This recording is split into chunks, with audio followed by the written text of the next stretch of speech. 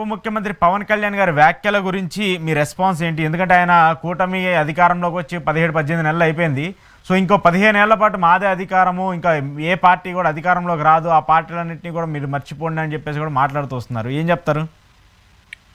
Ashok garu okay, definite గా cadre లో ఒక ఉత్సాహాన్ని నింపేదాని కోసంగా కేడర్ లో ఒక భరోసాని ఇచ్చేదాని కారణంగా ఇంకొక 15 సంవత్సరాలు మనమే ఉంటాం అనే ఒక నమ్మకాన్ని విశ్వాసాన్ని కలిగించే ఒక ప్రయత్నంగా పవన్ కళ్యాణ్ గారు మాట్లాడారు అనేది ఒక రకంగా చూసుకున్నప్పుడు ఎందుకు అలా మాట్లాడాల్సి వస్తా ఉంది అనుకున్నప్పుడు గ్రౌండ్ లో టీడీపీ కేడర్ కి జనసేన కేడర్ కి చాలా పొరపచ్చాలు వచ్చినాయి, చాలా ఇద్దరి మధ్య కాన్ఫ్లిక్ట్ ఉంది గ్రౌండ్ లో అనేది మీరో నేను మాట్లాడేదానికన్నా కూడా వాళ్ళ ఎమ్మెల్యేలు ఏది బాలరాజు గారు పోలవరం ఎమ్మెల్యే కావచ్చు, లేకపోతే ఇంకొక ఆయన శ్రీనివాస్ గారు కావచ్చు, లేకపోతే అటు మన రాయలసీమలో టీడీపీకి సంబంధించిన ఎమ్మెల్యేలు కావచ్చు, వీళ్ళు మాట్లాడుతున్నప్పుడు వాళ్ళ మధ్యలో కింద లెవెల్ కేడర్లు అయితే డెఫినెట్ గా డిఫరెన్సెస్ వచ్చినాయి.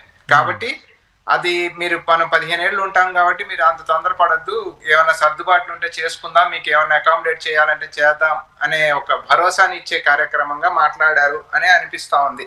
ఓకే, సరే, ఇంకొక విషయాన్ని కూడా మనం ఇక్కడ గమనిస్తే చంద్రబాబు నాయుడు గారిని విపరీతంగా పొగుడుతా ఉన్నారు. విజనరీ, ఈ రాష్ట్రాన్ని సరిదిద్దాలంటే చంద్రబాబు నాయుడు గారే, ఆయన నాయకత్వంలో ఇంకో 15 ఏళ్ళు ఉంటే ఈ రాష్ట్రం సుభిక్షంగా ఉంటది, ఈ రాష్ట్రాన్ని అభివృద్ధి గాడిలో పెట్టచ్చు అని మాట్లాడుతా ఉన్నప్పుడు మనం ఇక్కడ ఆలోచించాల్సిన అంశం లోకేష్ గారికి ఈయన తెరవేసే ఒక కార్యక్రమాన్ని చేపట్టాడు అనేది మనం ఇక్కడ అర్థం చేసుకోవాలి.